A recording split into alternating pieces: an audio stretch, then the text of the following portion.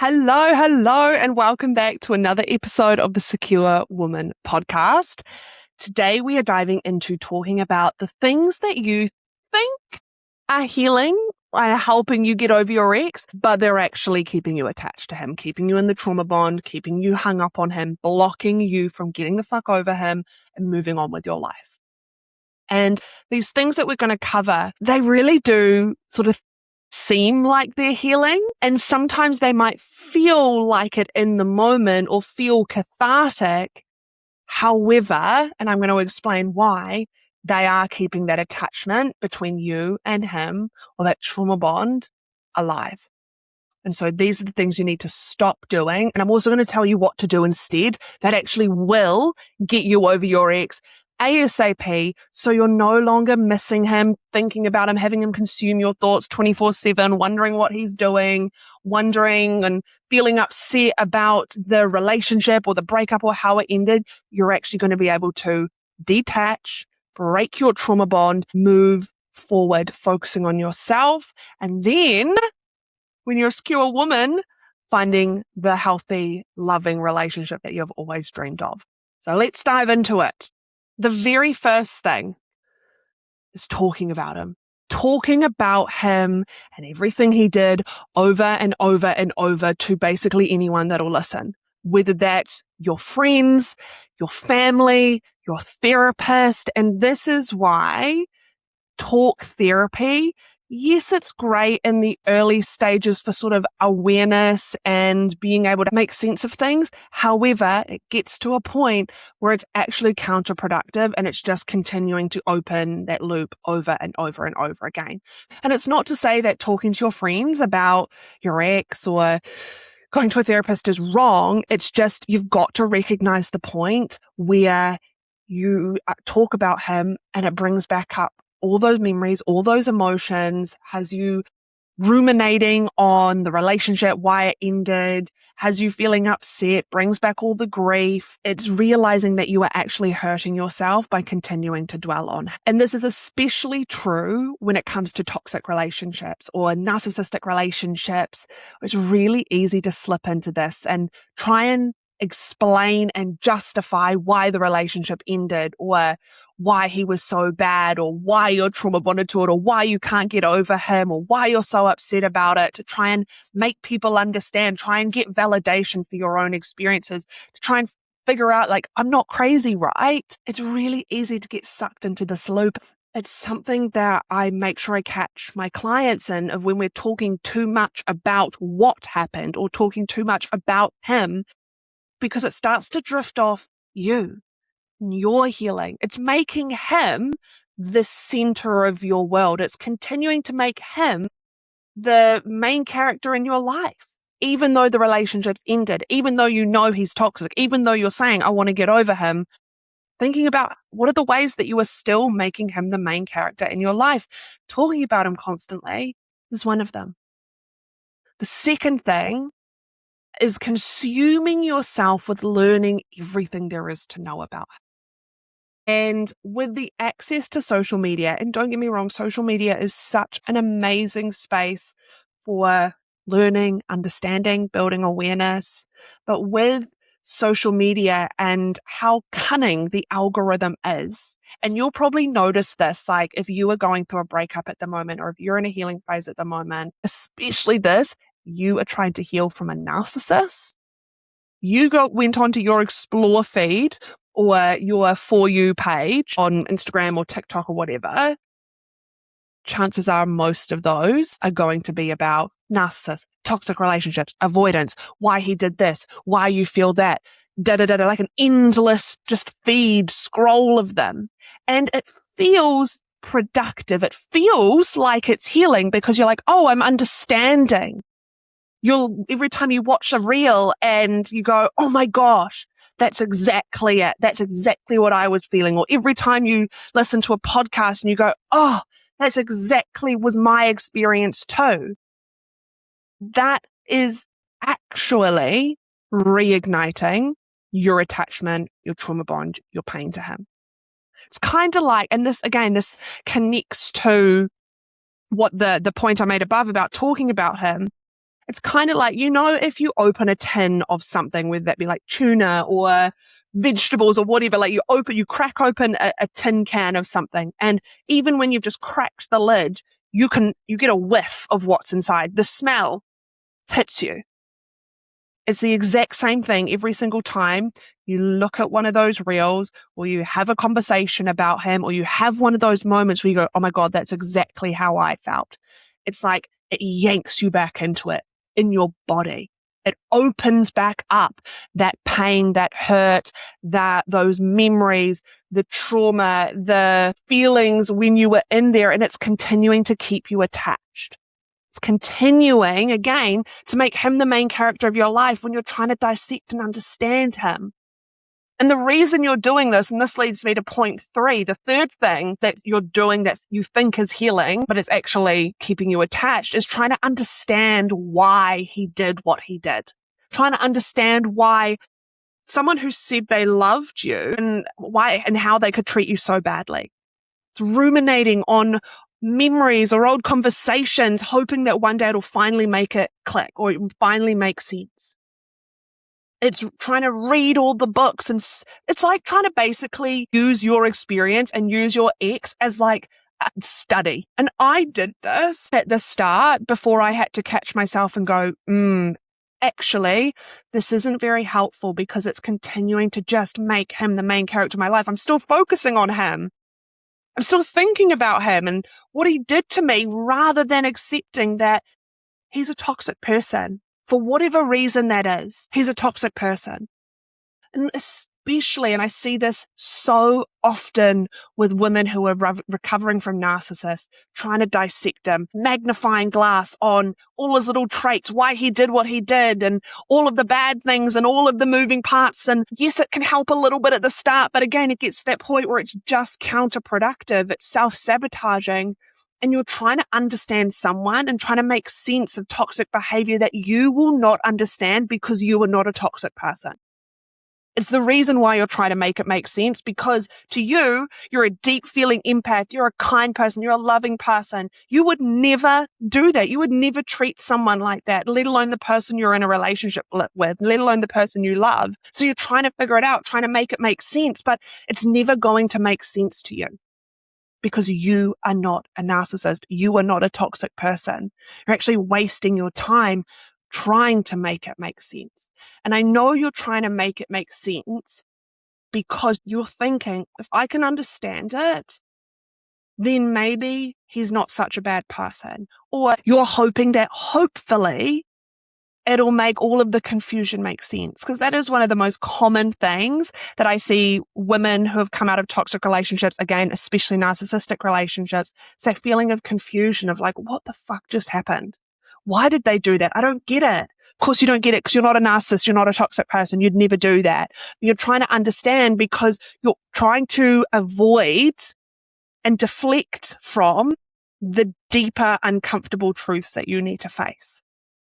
The questions you need to ask yourself around, why did I stay? Why did I tolerate that? The radical responsibility that you need to take for the deeper unhealed wounds within you that made you the perfect prey for that toxic person. And I say this with so much love because this was such a big breakthrough moment for me, was taking the radical responsibility and acknowledging my role in the toxic relationship and realizing, actually, I let that person treat me that way. I actually enabled that behavior by always staying, by giving him 1, 2, 3, 5, 15 second chances. And you feel shame about that. This is one of the other really common emotions to come up. And this is not me saying you should feel shame, because you shouldn't. But it's one of those feelings that comes up. It's one of the conversations that I'm consistently having with clients who are healing from these kinds of relationships, is around the fact that they feel really silly for loving this person who hurt them so many times, for holding on to hope. They feel really embarrassed or ashamed for not leaving the first time or the second time or the 5th time or the 10th time. And so in order to avoid facing and feeling that discomfort, what it's actually really, really crucial for you to do, you have to go through that to forgive yourself, but it's uncomfortable to sit in it. And so instead you're going to go and try and focus and try and make him and his behavior make sense. Go and learn, overconsume. But the fact of the matter is, it's just you avoiding actually doing the healing work that will actually work, that will actually get you over him. Because so often what's keeping you attached to him and that relationship and the hurt is the fact that you were trying to figure it all out and heal cognitively, when the solution is actually you have to go into your body. You have to feel the shame. You have to befriend it. You have to drag it out of the shadows. You have to speak into it. You have to process it. You have to process the grief and the anger and the frustration at how fucking dare he treat me like that. That was so fucked up. That was so wrong of him.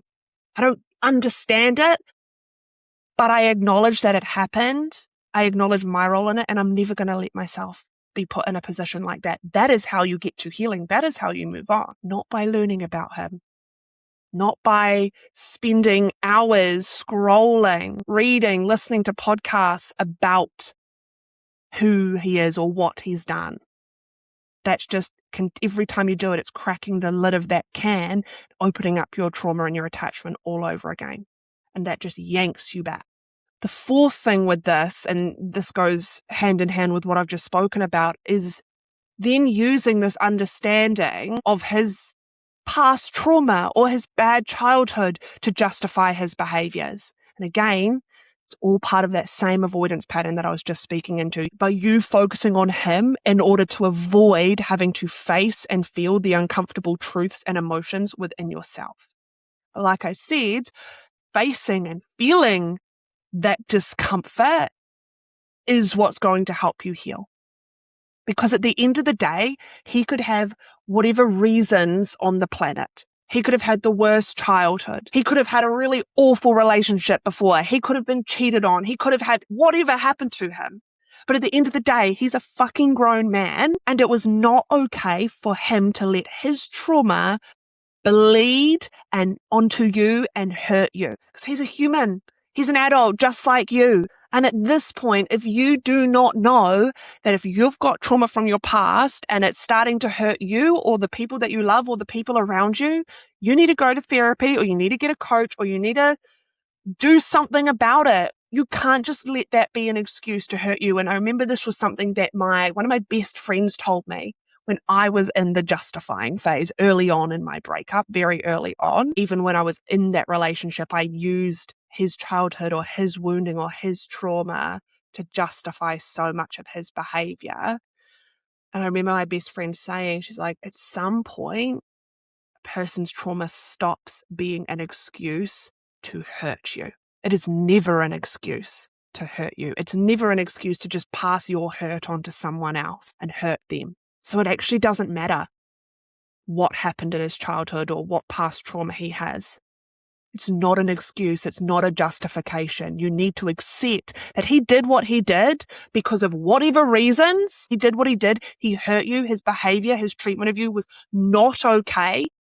And you then need to take the magnifying glass off him and onto yourself around what were the wounded parts within you that led you to that person and that led you to that relationship, that led you to stay stuck in that relationship, that made you stay and fall in love with his potential and survive on the hope, even though your gut was telling you, this is not okay.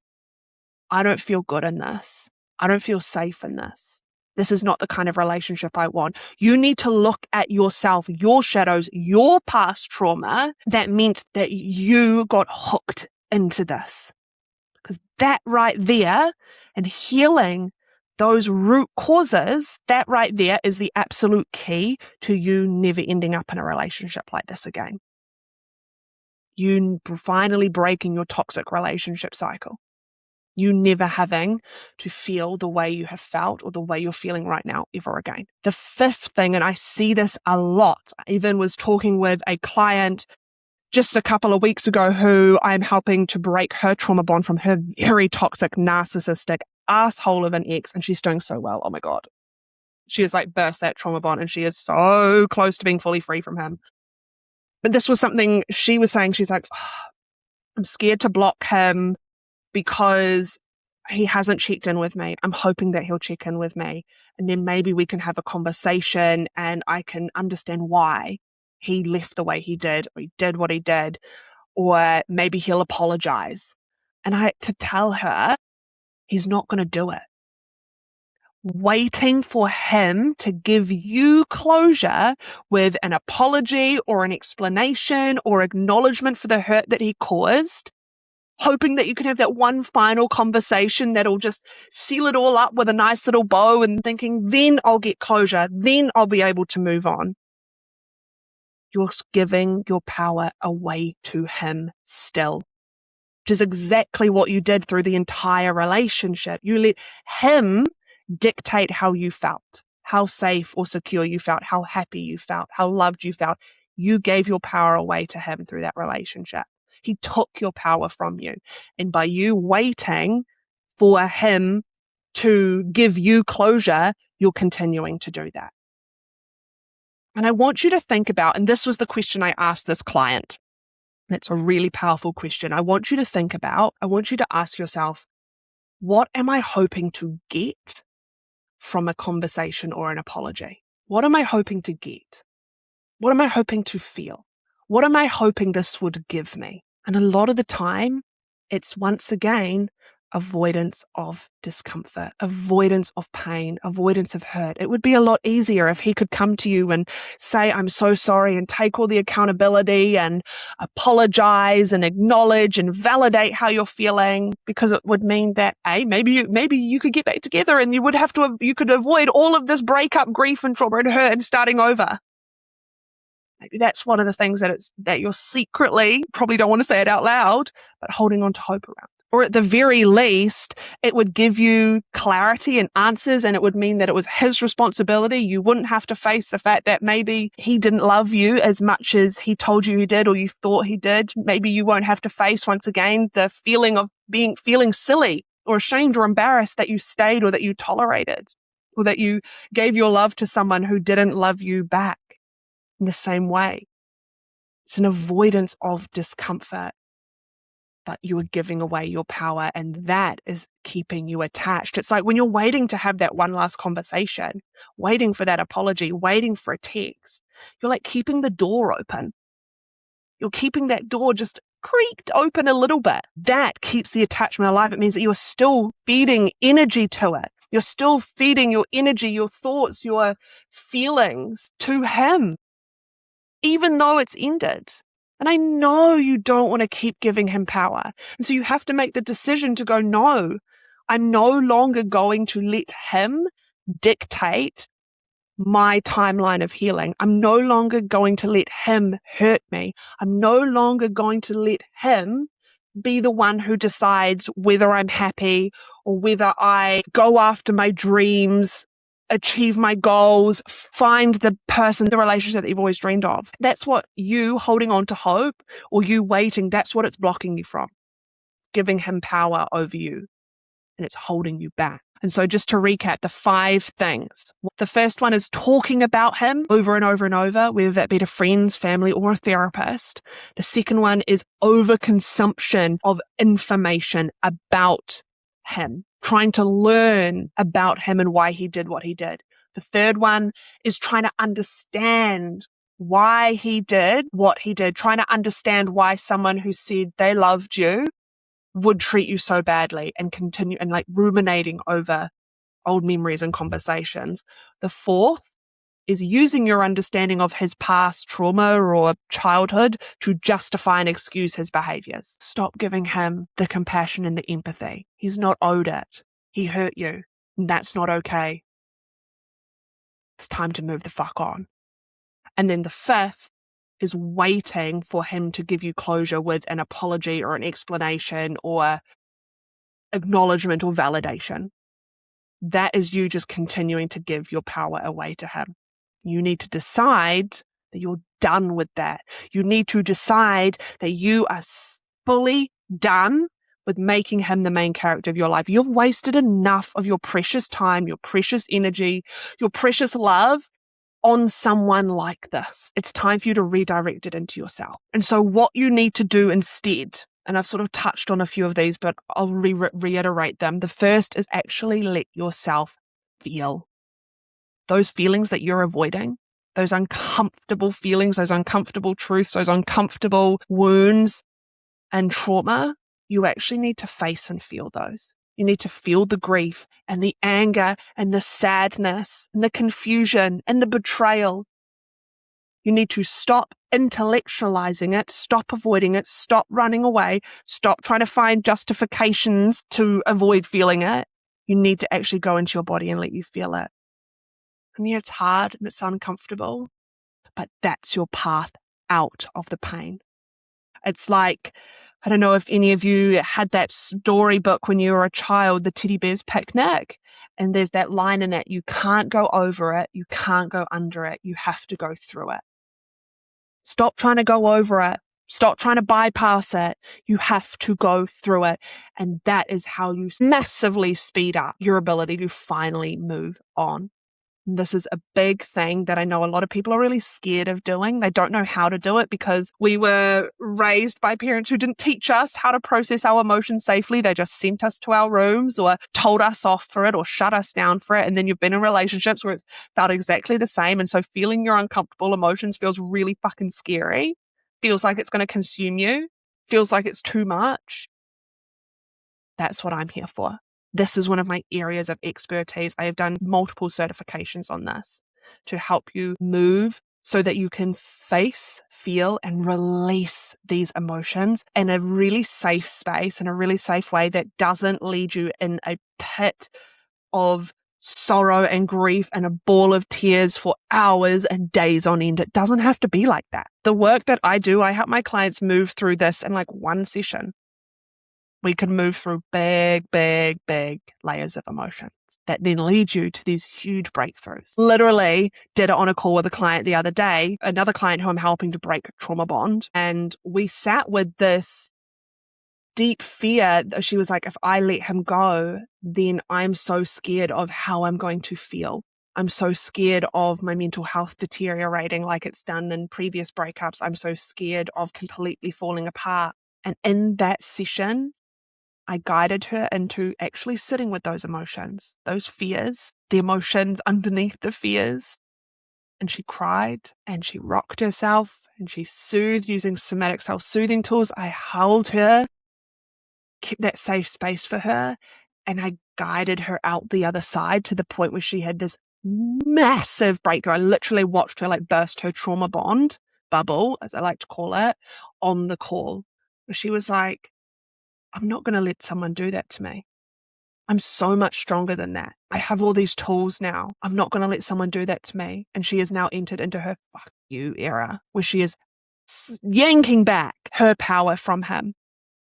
And just since that session, she's blocked him, she's deleted joint bank account and donated the money that was in there. So beautiful. She literally was saying the day after, she's like, I was literally like skipping down the street the next day.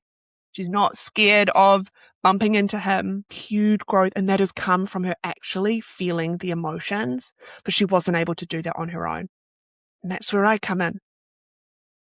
That's the work that I do. That's some of my favorite work that I do with clients because I know just how potent and powerful it is. The next thing you need to do, it's around acceptance. It's like actually accepting that he treated you badly. It's about accepting that you're not going to understand why he did what he did, and actually understanding isn't going to give you anything. It's not going to change what he did. And so it's that acceptance and that decision to go, I'm not going to ruminate on this anymore. It doesn't matter the reason. With acceptance comes a powerful decision to go, I'm healing this. I'm done with it. I'm over it for good. That leads you into the third thing you need to do. And I've already touched on it. It's taking radical responsibility for your part. Not how he treated you, that's on him, but for what kept you in it, why you tolerated it, why you abandoned yourself to try and make it work, why you enabled yourself to get it. And again, it's uncomfortable to sit with, but that's such breakthrough stuff right there. Huge breakthroughs there. And then the fourth thing that this then leads you into, when you can acknowledge and shine a light on the unhealed wounds or shadows or trauma within you that's fueling your toxic relationship patterns, so that you can then start healing those wounds. You can start healing it from the root. And this is through doing inner child work, parent wound work, healing your attachment trauma. And again, it doesn't happen with talking. Can't just yap your way out of it. Can't go sit on a therapist's couch and talk about it for an hour and then go on your merry way and all be fixed. If that worked, people wouldn't spend, 10, 20 years going back to therapy if talking worked. I've worked with so many clients who have spent years in therapy and have not seen progress. They come to work with me. Within a couple of sessions, they're like, damn, I have made more progress with you in the last 3 months than I have made in the last 5 years in traditional therapy. You have to go into the root cause of healing it in your body, because that's where it lives. Trauma is held in your body. Your body is like the world's biggest hard drive. It remembers everything, and it'll keep repeating the cycle over and over and over until you go back and heal the root cause of it. Heal what? Heal what has been left unprocessed in your body, in your nervous system all these years. Because your body doesn't care that it's been 10, 20, 30, 40 years. It's still there. And you have to go back and heal it once and for all. And so if that's something you want to do, again, this is my world. This is my jam. This is what I do with my clients on a daily basis. So I want you to think about what it is that you are doing to try and heal from your toxic relationship or get over your ex or break your trauma bond that you think is healing, but actually be really honest with yourself. Like, is it keeping you attached? Are you at the point where it's been however many months or years and you are sick of him taking up space in your life and in your mind and in your thoughts? Are you sick of crying over him? Are you sick of feeling hurt by him? Are you sick of him being the main character in your life? If you are, it's time to change that and do the healing work that actually works, the somatic work. If you want to explore working with me and how I can guide you through that, send me a DM on Instagram. My link is in the description, or it's just at Kendall Brown Coaching. Let's have a conversation. Would love to know what you thought of this episode. Leave a comment, rate, follow, subscribe, all of those things. It's so helpful. Have a wonderful rest of your day, night, evening, wherever you are listening in from, and I will speak to you on the next episode. Bye.